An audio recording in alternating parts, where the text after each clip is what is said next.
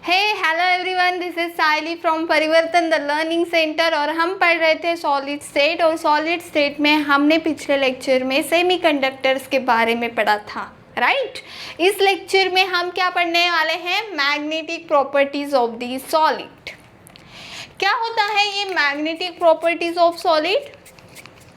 कोई बता सकता है? कैसे पता चलेगा मैग्नेटिक प्रॉपर्टी ऑफ सॉलिड क्या होता है? Magnetic properties of solid means magnetic property of the atoms या फिर आयंस कहेंगे। सॉलिड का मैग्नेटिज्म एंड मैग्नेटाइजेशन एटम्स के इलेक्ट्रॉन्स के मूवमेंट पर डिपेंड करता है, एंड दैट इज वाई हम ये कहा जाता है कि हर एक electron behaves like a magnet. Okay, atom के ये इलेक्ट्रॉन्स का ये मैग्नेटिक बिहेवियर उसके मूवमेंट पैटर्न से होता है, और ये जो उसका मूवमेंट होता है वो दो टाइप का होता है। कौन से दो टाइप? पहला तो ये वाला कि इलेक्ट्रॉन का न्यूक्लियस के अराउंड रिवॉल्व होना, है ना, और दूसरा कि इलेक्ट्रॉन का उसके ओन एक्सिस में स्पिन, और ये स्पिन हम कैसे अपोजिट स्पिन, और ये स्पिन अपोजिट साइड्स में होता है जिसको हम पॉजिटिव और निगेटिव साइन में लेबल करते हैं, है ना। सो ये इलेक्ट्रॉन्स के दो मोमेंट एटम्स और सब्सटेंस को मैग्नेटिक पावर देती है। ओके, ये कांस्टेंट मोशन से इलेक्ट्रॉन के अराउंड मैग्नेटिक फील्ड जनरेट होती है। ओके, तो मैग्नेटिक फील्ड आप समझते हो ना कैसा होता है मैग्नेटिक फील्ड? यहाँ पे नॉर्थ, यहाँ पे साउथ, सो मैग्नेटिक फील्ड ऐसे जनरेट होगी, है ना, समझते हैं ना आप? सो या इस इलेक्ट्रॉन के मोशन से ये मैग्नेटिक फील्ड जनरेट होती है। ओके, ये मैग्नेटिक फील्ड जब अप्लाई होती है तो इस तरह के सब्सटेंस में डिफरेंट बिहेवियर शो करते हैं, डिफरेंट सब्सटेंस में डिफरेंट बिहेवियर शो होते हैं। Okay, so on that basis of the magnetic properties solid को हम क्लासीफाई करते हैं 5 कैटेगरीज में। ओके, सो ये 5 कैटेगरीज कौन से हैं? चलो अभी हम देखते हैं। सो इसमें सबसे पहले हम पैरामैग्नेटिक सब्सटेंसेस के बारे में पढ़ेंगे। ओके, सो ये पैरामैग्नेटिक सब्सटेंसेस क्या होते हैं? These are the substances are weakly attracted, या फिर बोल सकते हैं कि magnetize in an external field.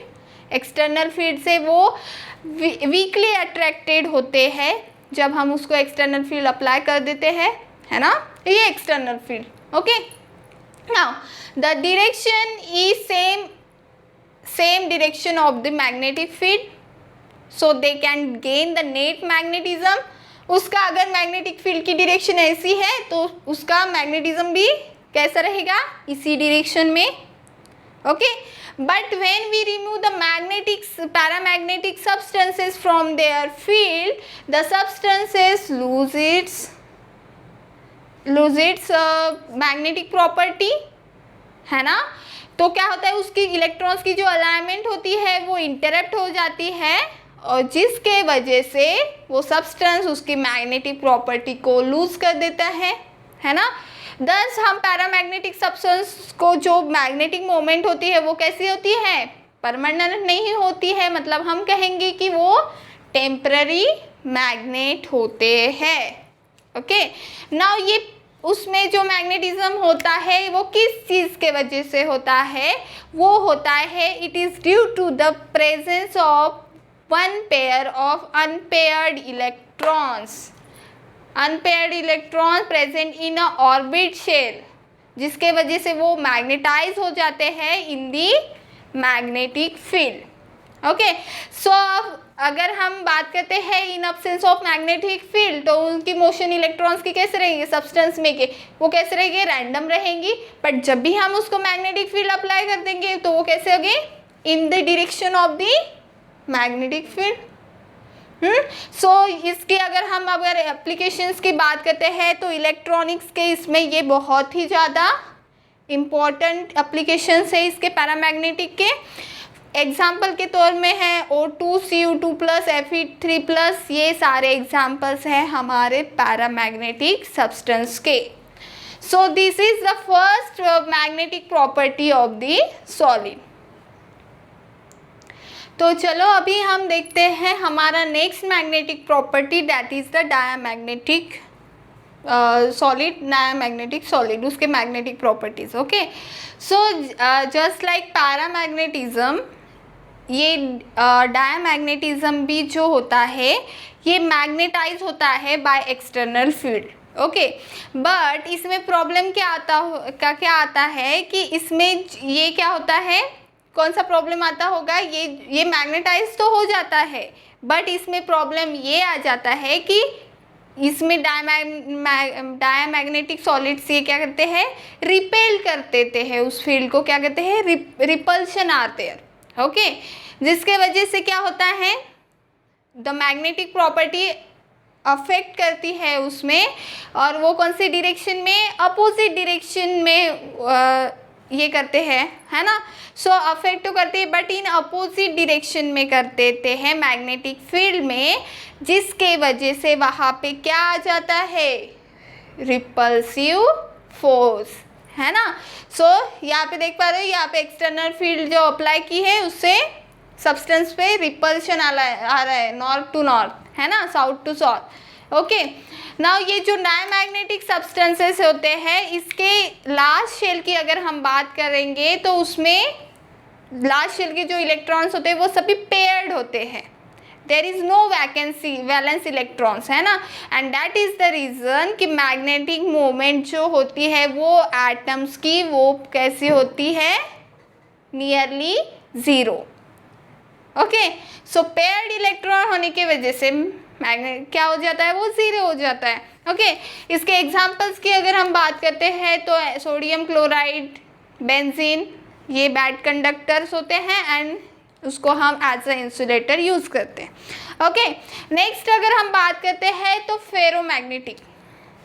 Okay, सो ये फेरोमैग्नेटिक क्या होते हैं, these are the strongly magnetize by the external field. जब हम उसको एक्सटर्नल फील्ड के यहाँ पे प्लेस कर देते हैं तो वो कैसे होते हैं, स्ट्रांगली मैग्नेटाइज हो जाते हैं bye the external field. Now अभी उनके बीच में कैसे रहेगा, स्ट्रॉन्ग फोर्स ऑफ अट्रैक्शन रहेगा, दैट इज वाई उसमें क्या रहेगा, जो मैग्नेटाइज जो होगा वो परमानेंट होगा। दैट मीन्स अगर हम उस एक्सटर्नल मैग्नेटिक फील्ड को निकाल भी देते हैं तो वो जो सॉलिड है उसमें वो मैग्नेटिक प्रॉपर्टीज रिटेन रहेगी। ओके, इतना उस पर अफेक्ट होगा। ओके, अगर इसकी बात करते हैं तो it is widely believed that the ferromagnetic जो सब्सटेंसेस होते हैं, फेरोमैग्नेटिक जो स्ट्रक्चर्स होते हैं उनके उसमें स्पेशल कैरेक्टरिस्टिक्स होते हैं। ओके, उसके स्पेशल कैरेक्टरिस्टिक्स होते हैं, उसमें डोमेन्स होते हैं। ये डोमेन्स क्या होता है, which is a special grouping of metal ions, मतलब कि एक जो डोमेन होता है वो सिमिलर टू स्मॉल मैग्नेट होता है। एक डोमेन मतलब each domain similar to small magnet. Okay, जब हम उसको जब इलेक्ट्रोमैग्नेटिक फील्ड में जब ये हम डोमेन रीअरेंज करते हैं तो ये उसको अपने मैग्नेटिक फील्ड के तरह उसको खुद को रीअरेंज कर देते हैं। Okay, in non magnetic metal this domain क्या होते हैं, नॉन मैग्नेटिक मेटल में क्या होता है, ये जो डोमेन्स होते हैं ये रैंडमली अरेंज होते हैं और जिसके वजह से वो मैग्नेटिक प्रॉपर्टीज़ को कैंसिल आउट कर देते हैं। Okay, so after and even out the magnetic field removal, इनकी डायरेक्शन मैग्नेटिक फील्ड के ऐसे ही रहेगी, सेम। ओके, नाउ अगर हम इसके एग्जाम्पल की बात करते हैं, कोबाल्ट, निकेल, क्रोमियम ऑक्साइड, ये है सारे एग्जाम्पल हमारे इसके, और ये वाइडली स्प्रेड होते हैं और हमें इंडस्ट्रियल या फिर एवरीडे यूजेस में बहुत यूज़ होते हैं। So this is all about the ferromagnetic substances. Okay, ना अभी हम उसके थर्ड टाइप देखेंगे, फोर्थ टाइप देखेंगे। तो चलो अभी हम नेक्स्ट बात करते हैं एंटी फेरोमैग्नेटिक की। एंटी फेरोमैग्नेटिज्म में क्या होगा, जो डोमेन का स्ट्रक्चर होगा, डोमेन ऑफ द सॉलिड, वो सिमिलर किसके होगा, फेरोमैग्नेटिक का। जैसे हमने देखा ना फेरोमैग्नेटिक सॉलिड में जैसा था वैसा ही उसका डोमेन का स्ट्रक्चर रहेगा। Okay, is similar to the ferromagnetic solids. Okay, but क्या होगा उसमें, but here domains are oppositely oriented. दिख रहा है आपको, अपोजिट ओरिएंटेड दिख रहा है। दिस मीन्स वो क्या हो जाएगा, एक दूसरे को कैंसल आउट कर देंगे। दैट मीन्स उनका मैग्नेटिज्म जो है वो कैंसल आउट हो जाएगा, है ना। नेक्स्ट इसके example MnO, NiO, FeO3 etc, ये सभी एग्जाम्पल्स हैं। नाउ अभी हम देखते हैं फेरी मैग्नेटिक सब्सटेंसेस। ये जो सब्सटेंसेस होते हैं ये ऑकर होते हैं जब magnetic moments are align in a both direction. Both direction कौन से, एक तो parallel as well as anti parallel. But कैसे रहेंगे, उनके जो नंबर्स रहेंगे वो unequal numbers. Okay, these are equally attracted to the magnetic field. Attraction उनका मैग्नेटिक फील्ड के ऊपर वीक रहेगा। ओके, जब हम इसको हीट करेंगे तो ये सब्सटेंस उनका फेरीमैग्नेटिज्म जो है वो उसको लूज कर देंगे। ओके, अगर हम इसके एग्जाम्पल्स की बात करते हैं तो magnetite and ferrites of zinc and magnesium, these are the examples. देख रहे हैं ना आप, इसके जो दिख रहा है तो इसका जो स्पिन, इसका जो ये है डोमेन और उसका मैग्नेटिक फील्ड वो इन अपोजिट डायरेक्शन है ना। सो ये हो गया फेरीमैग्नेटिक और एंटी फेरीमैग्नेटिक के बारे में। So this is all about the magnetic properties of the solid. हमने पांचों magnetic properties of the solids देखे। सो स्टूडेंट, होप आपको ये समझ में आया होगा। सो यहाँ पे हमारा जो है सॉलिड स्टेट चैप्टर जो है वो कंप्लीट हो रहा है, कंप्लीट हो गया है। सो स्टूडेंट्स, होप आपने इस चैप्टर को एंजॉय किया होगा।